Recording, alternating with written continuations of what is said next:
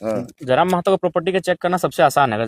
इसलिए आसान है कि जयराम महतो एक पार्टी का सिंगल विधायक है, उसको ना सत्ता का सपोर्ट मिलेगा, ना विपक्ष का सपोर्ट मिलेगा, ना उसको बीजेपी का सपोर्ट मिलेगा, ना जेएमएम का सपोर्ट मिलेगा। मेरा प्रॉपर्टी इजिली चेक हो जाएगा। मेरा जो पुश्तैनी जमीन है, मेरा दादाजी के नाम से 4 एकड़ 87 डिसमिल, उससे अगर 1 डिसमिल ज्यादा मिलेगा तो कहीं भी उद्घाटन करते हैं, आपका पत्थर, आपका पोस्टर, कोई फाड़ना तोड़ना नया बात नहीं है। फिर से एक आपका शिलान्यास किया हुआ, उद्घाटन किया हुआ जो लेख था, शिलालेख था, उसको बुरी तरीके से क्षतिग्रस्त किया गया है।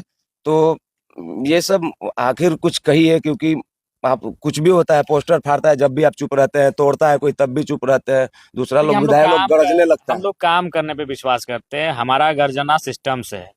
आप बोलो रात के अंधेरे में चोर उचक्के जैसा जो लोग शिलान्यास का बोर्ड तोड़ के गए हैं, अगर हम विधायक होकर उन पर अपना ध्यान केंद्रित करें तो मेरे कार्यकर्ता देख लेंगे और जनता देखेगी कि आज उन्होंने क्या उनकी सोच है। 20 सालों का भाई उनका साम्राज्य का अंत हुआ है, तो लेकिन फिर भी और शिलान्यास तोड़ने से लेकर बाहर से प्रवासी मजदूरों का दुखद घटनाओं पर आधारित सवाल, और जो विधानसभा में सवाल उठाया गया था उसके तत्पश्चात उस पर क्या कार्रवाई हुआ, उसको देखते हुए कुछ चीज बनता है। तो मैं आ गया जनता दरबार करियारी डुमरी में।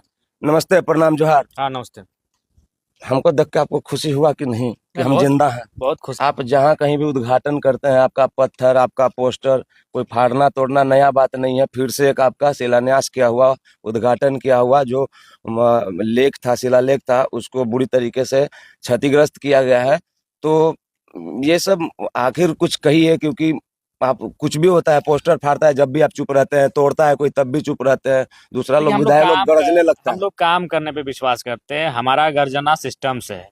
आप बोलो रात के अंधेरे में चोर उचक्के जैसा जो लोग शिलान्यास का बोर्ड तोड़ के गए हैं, अगर हम विधायक होकर उन पर अपना ध्यान केंद्रित करें तो मेरे कार्यकर्ता देख लेंगे और जनता देखेगी कि आज उन्होंने क्या उनकी सोच है। 20 सालों का भाई उनका साम्राज्य का अंत हुआ है, तो लेकिन फिर भी ना जयराम महतो का प्रॉपर्टी का चेक करना सबसे आसान है। इसलिए आसान है कि जयराम महतो एक पार्टी का सिंगल विधायक है, उसको ना सत्ता का सपोर्ट मिलेगा, ना विपक्ष का सपोर्ट मिलेगा, ना उसको बीजेपी का सपोर्ट मिलेगा, ना जेएमएम का सपोर्ट मिलेगा। मेरा प्रॉपर्टी इजिली चेक हो जाएगा। मेरा जो पुश्तैनी जमीन है, मेरा दादाजी के नाम से 4 एकड़ 87 डिसमिल, उससे अगर 1 डिसमिल ज्यादा मिलेगा तो कहिएगा हम प्यार। राजनीति में स्वागत करना चाहिए। जनता ने आपको 20 साल मौका दिया था, आपने सेवा किया। अब अगर जनता ने किसी और को चुना है तो आपको स्वीकारना चाहिए। वो मेरा काम नहीं था, वो जयराम महतो का काम नहीं था। आप जयराम महतो को अगले चुनाव में कैसे हराएंगे उसकी तैयारी कर सकते हैं, लेकिन जो काम हो रहा है योजनाओं का, विकास का, वो जनता का काम है। उस शिलान्यास को बोर्ड को आप तोड़ रहे हैं तो आप केवल मेरे नाम को नहीं तोड़ रहे हैं या मेरे नाम के बोर्ड को नहीं तोड़ रहे हैं, आप जनता ने जो जनादेश दिया है उसे तोड़ रहे हैं, जनता के योजनाओं के, जनता के विकास के कार्यों को तोड़ रहे हैं। तो ये दुर्भाग्य का विषय है। अच्छा, जहाँ पे हम लोग बैठे हुए हैं और शायद यहीं की घटना है, संतोष भाई बता रहे थे 1 महीना पहले किसी का प्रदेश में, मतलब देश के बाहर देहांत हुआ था, और मृत पार्थिव शरीर को लेके बड़ा संशय सा स्थिति बना हुआ था। और अभी तक हम लोग भी किसी नतीजे पर नहीं पहुंचे हैं कि वो बॉडी आया है कि नहीं आया है, क्या कुछ चीज प्रोसेस में है, कुछ बताएंगे? देखिए, सारा पहला बात है कि चूंकि टेक्निकल क्या चीजें हैं वो बहुत कम ही लोग समझते हैं, और नो डाउट चूंकि प्रवासी की हम आवाज हैं तो लोग ये सवाल जहन में आता है कि प्रवासी मजदूर जो हमारे घर का है। जी हाँ, बिल्कुल, हम जिस घर में रहते हैं विजय महतो के ही गोतिया यानी उनके जेठा का घर है, जहाँ हम अभी फिलहाल डुमरी में रहते हैं, और उनका ही पार्थिव शरीर आज सऊदी में है। इसमें क्या है, इसमें देखिए कारण ये है कि सऊदी का रूल नियम आप भी जानते हैं, सऊदी का बहुत टफ रूल है, तो वहाँ उनको गोली लगी है। अगर सिर्फ बॉडी लेने की बात है तो बॉडी हम लोग कल ही ले आएंगे बॉडी। हम लोग मुआवजा को लेकर, और एम्बेसी से हमारी बात हुई, वहाँ के जो कंपनी के पदाधिकारी हैं उनसे मेरी बात हुई, जो हमारे मंत्री हैं राज्य के उनसे मेरी बात हुई, और जो राज्य के विभागीय सचिव हैं उनसे भी मेरी बात हुई। और मसला यही है कि हम लोग मुआवजा की मांग कर रहे हैं, और उनका कहना है कि जब तक कोर्ट का निर्णय नहीं आएगा हम लोग मुआवजा के लिए कुछ स्टेटमेंट क्लियर नहीं कर पाएंगे। जो भी मुआवजा देंगे, लेकिन कोर्ट का निर्णय आएगा तभी हम लोग देंगे।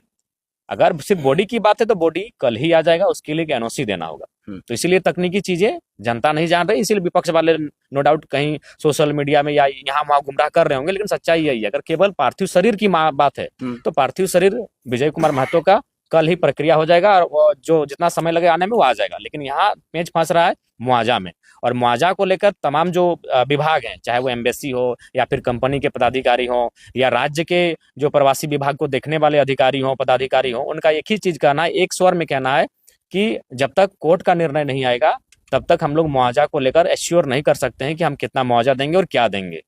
तो वहीं पेंच फंस रहा है। बाकी अगर पार्थिव शरीर की बात है, वो कल भी आ जाएगा, वो परसों भी आ जाएगा। परिजन जब एनओसी लिख कर देंगे, पार्थिव शरीर भारत देश आ जाएगा, झारखंड आ जाएगा। जी विधायक जी, प्रवासी की बात आया तो याद होगा कि विगत 9 महीना पहले एक नाइजर में कुछ बंधकों को बंधक बनाया गया था, आपने विधानसभा में बात रखा था और आपके पार्टी के द्वारा, राज्यपाल द्वारा भी संज्ञान दिया गया था। उस मामले को पता चला है कि वो प्रवासी मजदूर शायद मुंबई अभी तक आ चुके हैं, तो आपको कैसा लग रहा है कि आपके प्रयास को कारण वहाँ पे उन लोगों मेरे अलावा भी बाकी लोगों का प्रयास है। मैं कभी भी किसी जिस काम को मैं करता हूं, अगर उसमें कोई लोग प्रयास करते हैं तो मुझे सच बात कहने में अफसोस नहीं होता है, और ना ही मैं मैंने एक नकारात्मक किसी के प्रति सोचता हूं। बाकी लेकिन मूलतः जो प्रयास था विधानसभा में मैंने बात को उठाया, महामहिम से भी परिजनों को मैंने मिलवाया, और जिस तरह से 9 महीना उन लोग, हाँ 8-9 महीना बाद रहा तो परिवार को जो मानसिक पीड़ा देखिए बिल्कुल उसको लेकर भी मैंने कई बार उपायुक्त को भी कहा कि कम से कम उनके भोजन पानी की व्यवस्था करे। वो समय समय पर थोड़ा बहुत किए हैं, लेकिन उतना पर्याप्त नहीं कर पाए हैं। दूसरी बात है कि